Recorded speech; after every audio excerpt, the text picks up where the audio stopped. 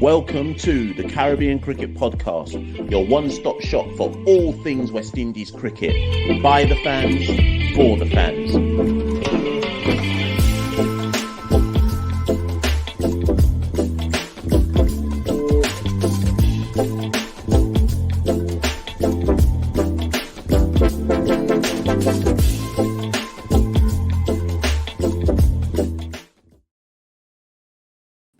Ladies and gentlemen, welcome to a Caribbean Cricket Podcast special.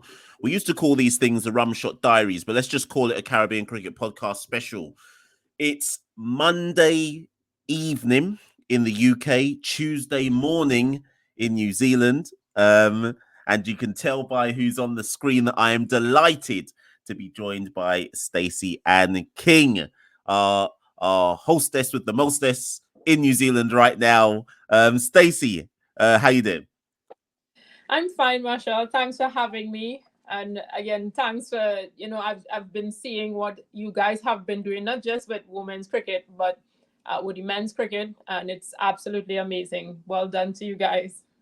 Thank you very much, Stacey. Much appreciated. And I should actually give you your full intro, because as much as I assume that everybody already knows who you are, let me give the proper full introduction. So Stacy-Ann King, former West Indies Women International. But I guess for me, I'd say now broadcaster, presenter, and one of the rising talents off the field, on the television screens. You should be used to seeing Stacey now in all kinds of games for West Indies, whether the men's, women's, etc. And I just want to say, kind of on behalf of the Caribbean public, Stacey, what a great job you're doing out at the World Cup, representing the region in general and on comms, etc. So kudos to you, Thank you very much. I mean, it's not easy.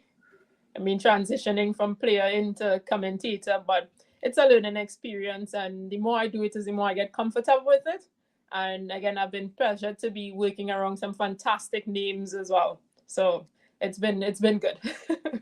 Fantastic. And I guess we should start in the fact that obviously you're in New Zealand in the Women's World Cup right now.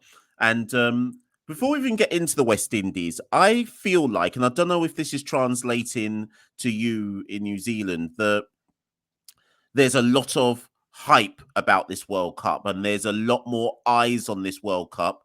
Certainly for me, I feel like there's been more eyes on this World Cup than necessarily in previous editions. I don't know if that's been helped by the fact that there's been so many nail biters. It feels like you can't miss a game because something's going to happen, no matter who's playing. And even if I just talk about India, South Africa the other day, I refused to watch it because I was like, you know what? If West Indies are going to get through, I just want to be able to turn my phone on and find out that they got through. And even that game, I had to go and watch because I heard what was happening. That's like, boy, I best watch the final few overs. But how has the tournament been for you as a whole? I mean, as you said, you hit it spot on.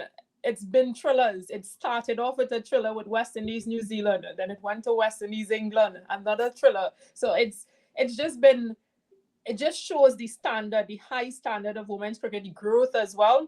And I mean, the feeling has been like, it's almost like you don't know what's happening or what's going to happen. And then, of course, you saw it clearly because I was up, because it was evening time here, watching South Africa and India, thinking that, 200 plus runs is going to be too much for South Africa to chase.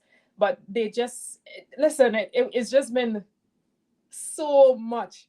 And then looking at the West Indies women, their videos, because I was talking to a couple of them, following a couple of them on Instagram as well, and Deandra and they were sitting there, you can see the tension, and no ball bowled, wicket. It was just, listen, at one point I myself had to just turn down my phone because it's been too much. I didn't expect my first game to be West Indies, New Zealand, and West Indies did the utmost, the most with it. Deandra bowling, taking the ball and bowled the last over, at least showing responsibility as well, and getting 2 wickets for 2 runs. I had to call it. I was in the comms box and I'm there like, what is going on? Why? Why does it have to come down to this? But it just shows that women's cricket You've got to get on board. If you're not on board, something is wrong. Then you're missing part of your life. You're missing some excitement. 100%. I cannot endorse that message any clearer. I love that from Stacey. If you're not on board, get on board. If you, I mean, as tends to happen with these type of competitions, the kind of hype slowly starts to seep out to those who weren't paying attention. And I certainly feel now as we go into the semis, obviously Australia versus West Indies and South Africa versus England, everyone's now definitely, if they weren't before, they're definitely paying attention now. But let's look at the West Indies, because ultimately the platform is a Caribbean platform, and we want to talk on the West Indies.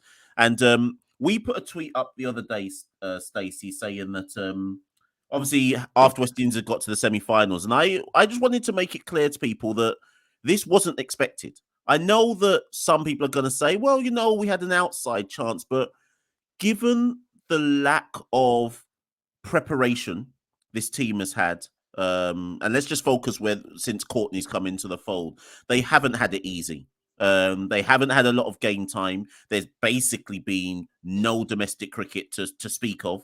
It's just been camp after camp, Pakistan, South Africa, World Cup qualifiers, which got called off after one game.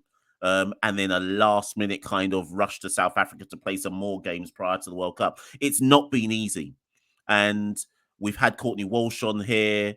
Ayana Holder's come on to talk about the women's team as well. I don't know if people fully appreciate how much of an achievement this has been by our side to get into the semi-finals. Yeah, I agree fully. I mean, they came into this tournament, I won't say underprepared, but where matches and international matches were concerned, they were underprepared. They came in from South Africa, played a series there, came across, and again, I think they were underdogs. I didn't think that first of all, I didn't think a lot of people expected them to get past New Zealand. Head-to-heads, New Zealand has had control of those head-to-heads and then go on to play England. So they've beaten the defending champs and the host country. So that alone, that high, I don't know, maybe it was just too much for them because they went on, those were games with 259 they scored against New Zealand, and then 225 against England, and being able to defend it. So again, it's just been really good for them just to see players step up. And then Stephanie Taylor, she hasn't really come to the party just yet, but Hayley Matthews, she was batting in the middle because she was not performing at the top. So to now come into our World Cup and bat at number one, openly batting with Dottin, and be able to stand up and show what she is worth, I think it's a lot. A lot of other players probably just need to take a little page or a little chapter out of Hayley's book, but it just shows that work needed to be had. She did the work, she came back, and she is excellent. I mean, she's a match winner. She has sealed her position now. I don't think she's going back in that middle order, but that opening partnership, I mean, West Indies, they've had the most successful opening partnership of the tournament. So it just shows that with a bit of application and I guess support as well, it can happen. And that's let's go on that word support. So as you've correctly pointed out, obviously Hayley and Deandra have set the tournament alight at the top. But I do have a problem, Stacey, in so much as you know where I'm going with this. Obviously, as we look towards Australia, and even actually, if you look past the first two games, New Zealand and England, we seem like we're one batter light in terms of, yes, Stefani has had a below par tournament, and I think she'd be the first to admit that, and that hasn't helped.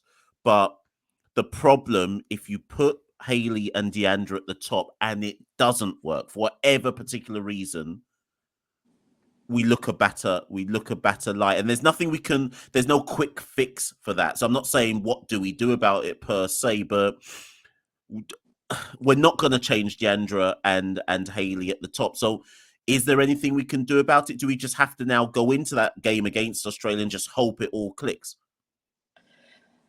It's a tough question, to be honest. Kaisia has played in 5 games.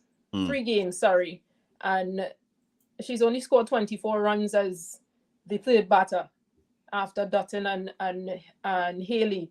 That isn't good enough. They've tried Rashada Williams, but again, inexperience. She can't batter that position. It's a chance. It's literally just putting her there and seeing if she survives.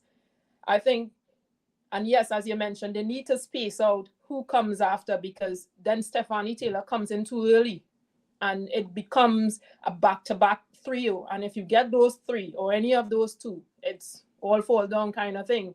I particularly think a lot more responsibility can come from Alea Allen. She's a quite capable batter. She has batted at the top for Barbados for her regional team. I think she has what it takes. But again, when players get comfortable with just being a bowler, then, they stick to that. But to me, Alea Allen has some potential, or even a Shakira Salmon. She's very correct as well. Very correct when she's batting. So somebody just needs to, in the event that a wicket falls early, I don't think that Kaisia, if she's playing, I don't think she can come in there because she hasn't been scoring. And I think it'll be in the back of her mind as well that she hasn't played her best game.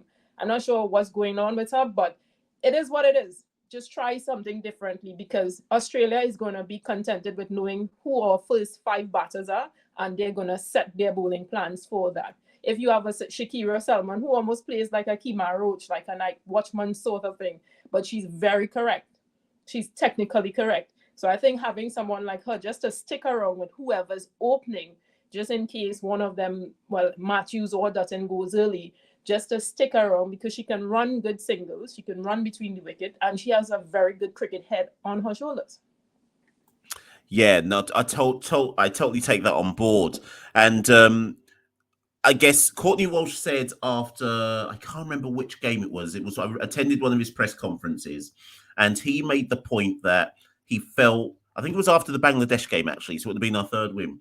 And he made the point that he felt that the team still hadn't put the perfect game together. And that there'd been like bright sparks versus New Zealand, bright sparks versus England. Obviously, Bangladesh, we nearly lost but pulled it out again. And then India was a bit of a flop. Australia was a flop. When Pakistan was the big one, where there were a lot of kind of question marks about that. But this is why I'm not too frightened by the prospect of Australia in the semi-final, because to me, it's a free hit. Everyone expects Australia to win. Everyone expects Australia to win the tournament. So if West Indies are to put the perfect game together, that's the game to do it in. That's the game to say, you know what? Let me just go out there and play my game, execute my game plan to the absolute maximum. If we lose, well, we lose because Australia are a champion side. But if every player clicks in that one game, an upset's not out. It's not outside the realms of possibility. I agree fully. And to be honest, I've been saying to just a couple of people that I think that if West Indies come out the way they played that final against Australia in 2016, then they're gonna beat Australia, because Australia may not have Perry, and Perry seems to be a kryptonite for West Indies. She has a bit of a back injury, and I think she's still going through the motions. But even if she plays, even if they force her to play, she's still not going to be 100. So you're going to expect some errors from her. But against Australia, the last time West Indies batted first and made 132. Australia is the type of team that likes to chase. They like to know what target they're going at. So I think just those little mental parts, just being able to throw them off, win the toss, send them into bat, and let them put runs on the board. West Indies have good bowling. They can try and restrict them and then try and chase it. At least once you know what total you're chasing, I think it's better. That's how they won. That's how we won in 2016.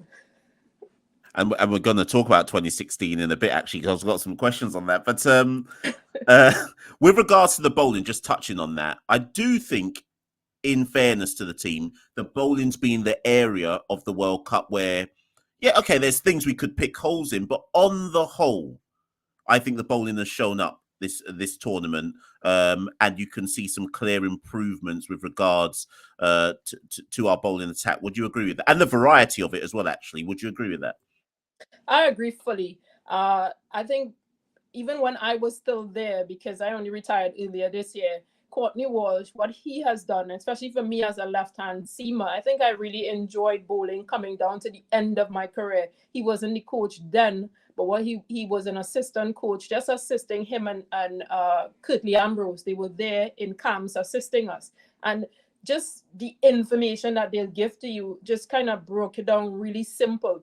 I think I see that with some of the girls. They're enjoying what they're doing. They're enjoying bowling in certain areas. You can see smiles on their faces. So, I mean, that in itself means a lot, especially for the pacers who needs to give you a good start.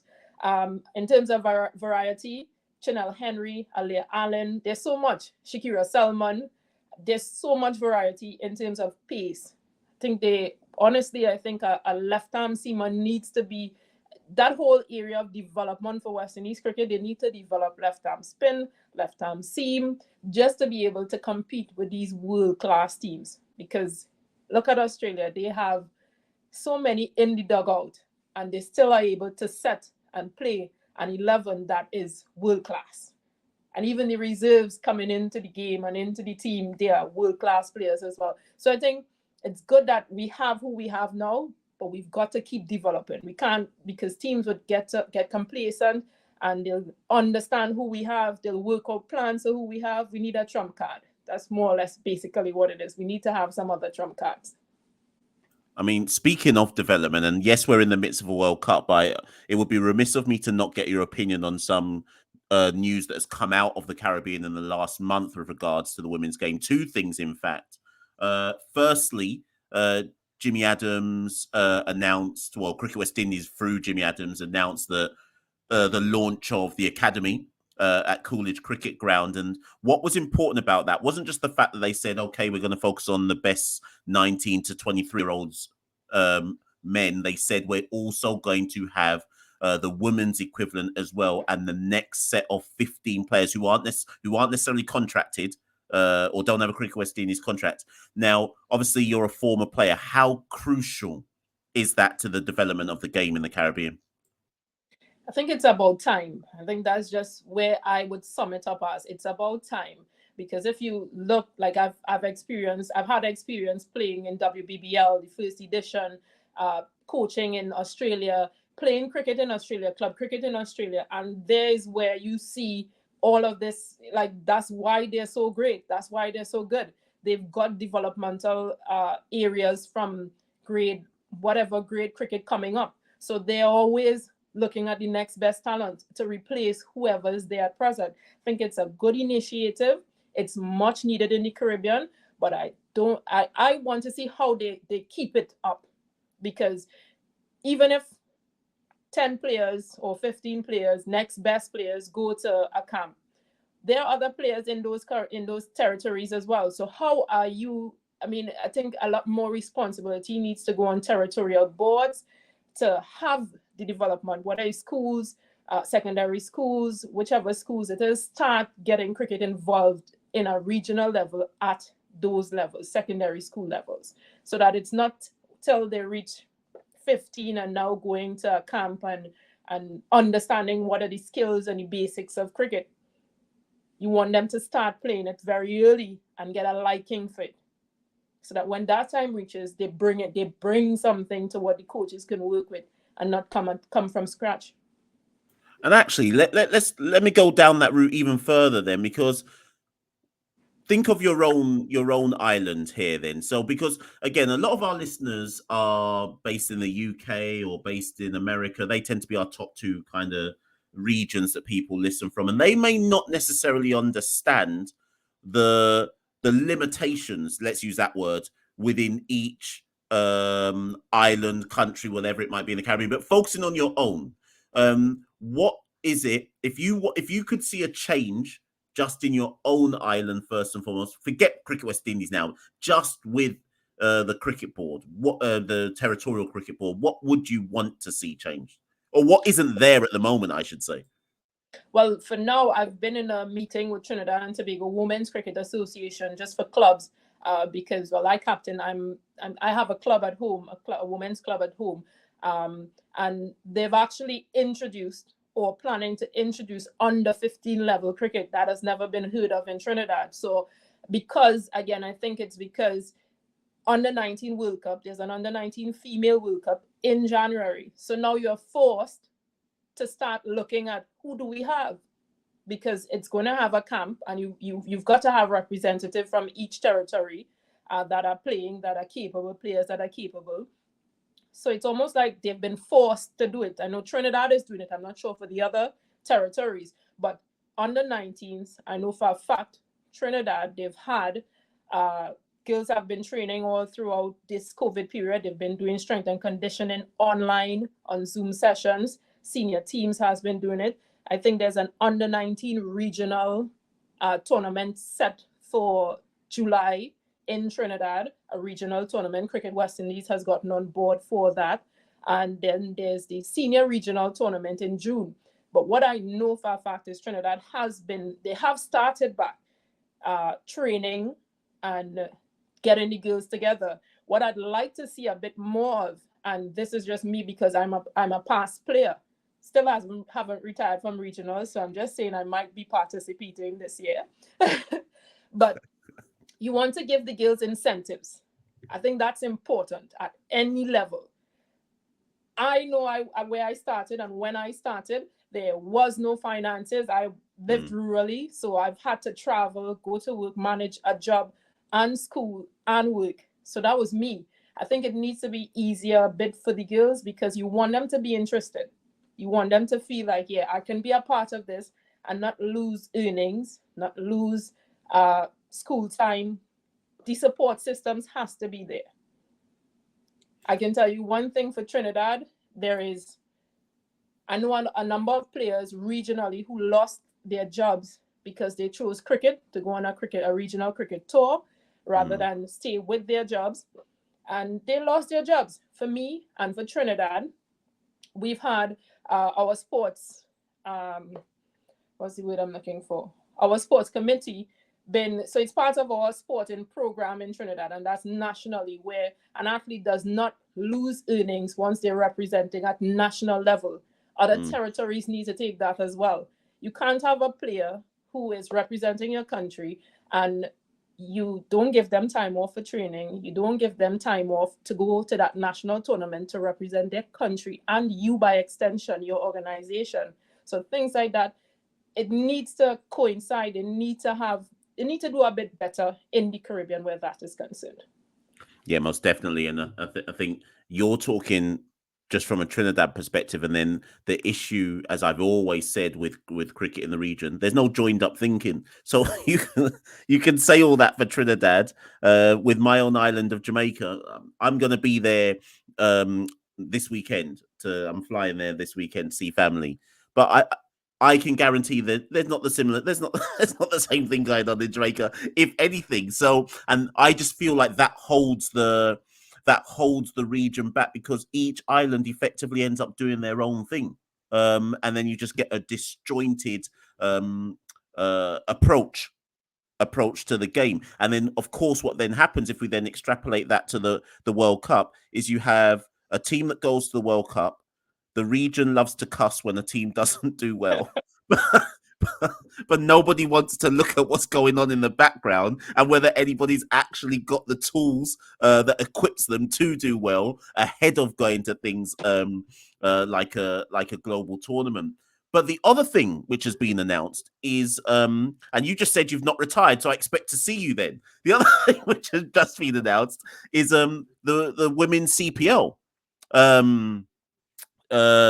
This August, this August, with 3 teams. I think they've announced Barbados, Guyana. It must be Trinidad who must be the other team in the tournament. Now, we're yet to know the full ins and outs as to how many overseas players will there be, how local players, how they will distribute, etc. But obviously, that's a shorter format, T20, or is it T10? We haven't even been told that yet. But how do you feel that can impact on the women's game? I think it's going to be a lot.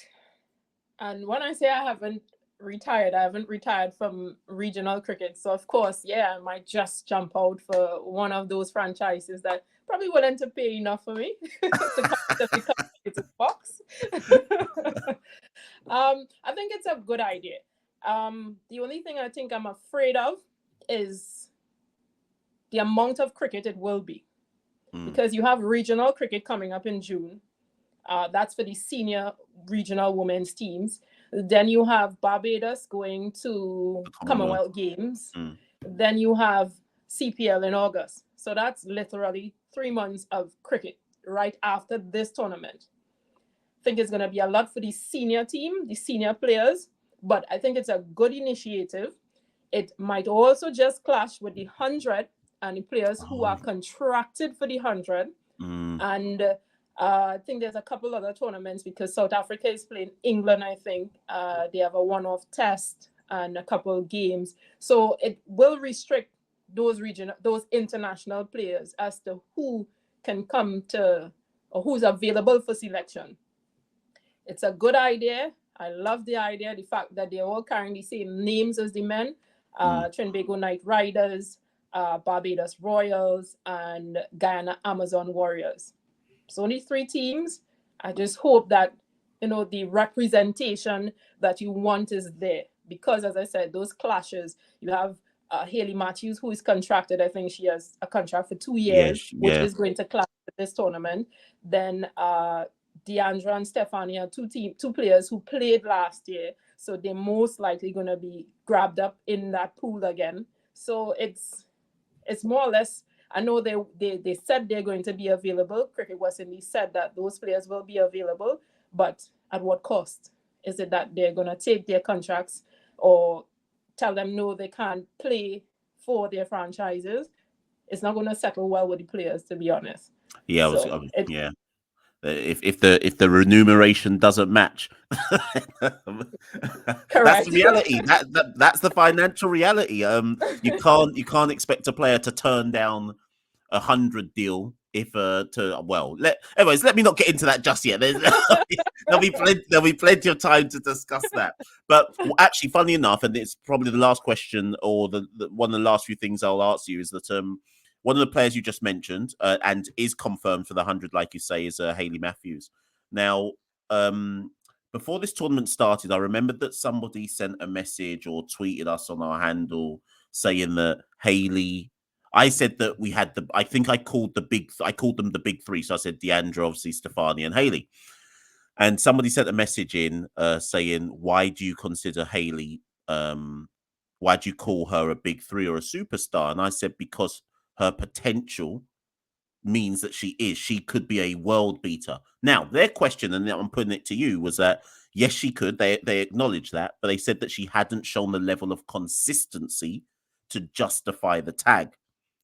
Now, I would argue in this World Cup, she has shown the level of consistency that justifies why so many people hold her in high standing. But would you say that's this World Cup notwithstanding? Would you say that Hayley has struggled to reach her obvious potential, or would you think that's harsh that some people would say that?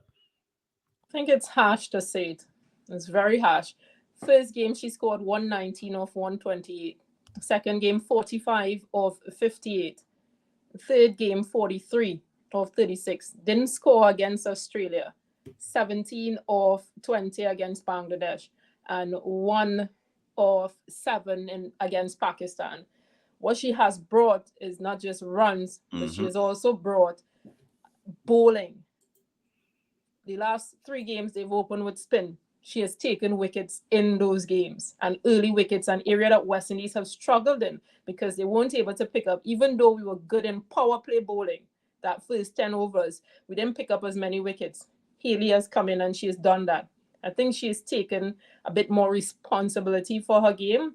I think she has shown that because, come on, she only turned 24 a couple of days ago. So that's the other thing persons need to understand. She's not a 33-year-old or a 30-year-old. She's only 23, 24. And therefore, for her age, she has grown. She has a lot of experience. But again, as you mentioned, they didn't play just a lot of games within that period, COVID period. But I think she's a world champ. She's only going to get better. She's getting more responsible. And that's the area that I think is big in this setup for West Indies. And she's been exposed to, she's the first player that anybody wants internationally. So that in itself should show that, yeah, she's great. I mean, you're speaking to the choir here, but I just know that I needed a former / current player to just illuminate that, because I do think it's a hypercritical to get on Hayley's back, and as you say, I think it's because Hayley's been around so long. I think people forget she's 24. I genuinely think they forget that she's that young. But before we wrap up, Stacey, the final thing I just wanted to, and this again probably goes towards the semi-final game. Having been a previous World Cup winner, with the 2016 team, etc., what's the one piece of advice, if you were with the team right now and you were in the dressing room in ahead of the game, what would be the one piece of advice you would give them playing against the champion Australia side to try and make it to another World Cup final? Forget everything that has happened. This is the first game. This is literally the finals. Play fearless cricket.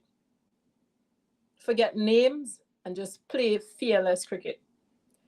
Like, I know I'm going to get to Deandra at some point during today and just remind her how great she is. Like, what we tend to do, and probably because I know her personally, I'd send her little clips of how great she was, performances that she's done. And, just a reminder, sis, you're great. Don't let anything that has happened before has happened. Tomorrow is what matters. So I normally send like little voice messages to a couple of the players, because I mentored at least 2 other players as well, just to motivate them. And yeah, just forget everything else that has happened. I'd say remember that 2016 World Cup game and play nothing short of it. Nothing short. Remember those experiences. Remember those performances. Remember your individual best performance. Forget everything else. Tomorrow is the day. It's championship. It's the first game, or the last game, as you'd probably say it. And it's the only game that matters. Well, you know what I'm going to do? I'm going to clip that whole last 2 minutes, send it to Courtney Walsh, and tell him to play it in the dressing room just before they go out for the semi-final. But that's inspirational, Stacey. No, I mean that, and it's really good to hear as well. That, I mean, I don't know how many West Indians are out there in New Zealand in general. I know I've got a few friends actually who've been at some of the games, but it's good to see that you're playing a bit of a mentorship role as well, as in addition to obviously the kind of official duties you've got to do to help the team along the way. Listen, Stacey, I'm going to thank you so much for coming on. Let's try and do this again. So what I always say to people is when we do the first link up, whenever we do the first link up on the show, that just means you've got to come back again in the future. But thank you so much for giving up some of your time. Obviously, I know you're busy out there at the World Cup as well. And as we said at the top of the show, all the best for the West Indies women ahead of their semi-final and what has been a very positive World Cup. I'll give you the final words, Stacey, to all of the listeners. Guys, tomorrow, I'm not sure what time it will be, but just Google it. West Indies women are playing in the semi-finals. We know they didn't play so well in their last 3 games, but guess what? They're in the semi-finals, and that's all that matters. Come on board, find a way, make it happen, support the ladies. They need your support. I mean, you should be on a high because West Indies men just trashed England.